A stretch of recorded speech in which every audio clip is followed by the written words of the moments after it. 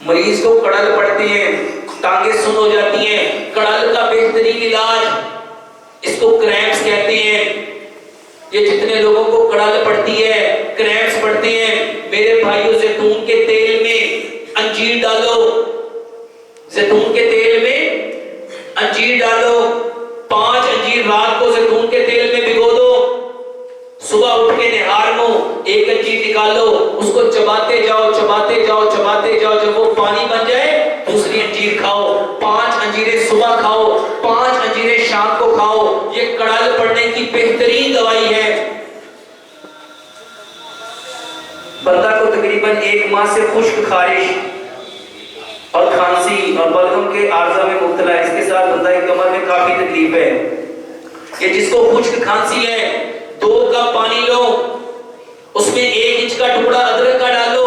3 دنیا لہسن کی ڈالو، 3 انچ کی 3 ڈنڈیاں دال چینی کی لو، اس کو اتنا پکاؤ اتنا پکاؤ، اس میں تھوڑا سا گڑ ملا لو، اس کو اتنا پکاؤ 2 کپ پانی 1 کپ رہ جائے، اس کو چھان کے صبح دوپہر شام پیو۔ یہ خشک کھانسی کا بلغم کا بہترین علاج ہے۔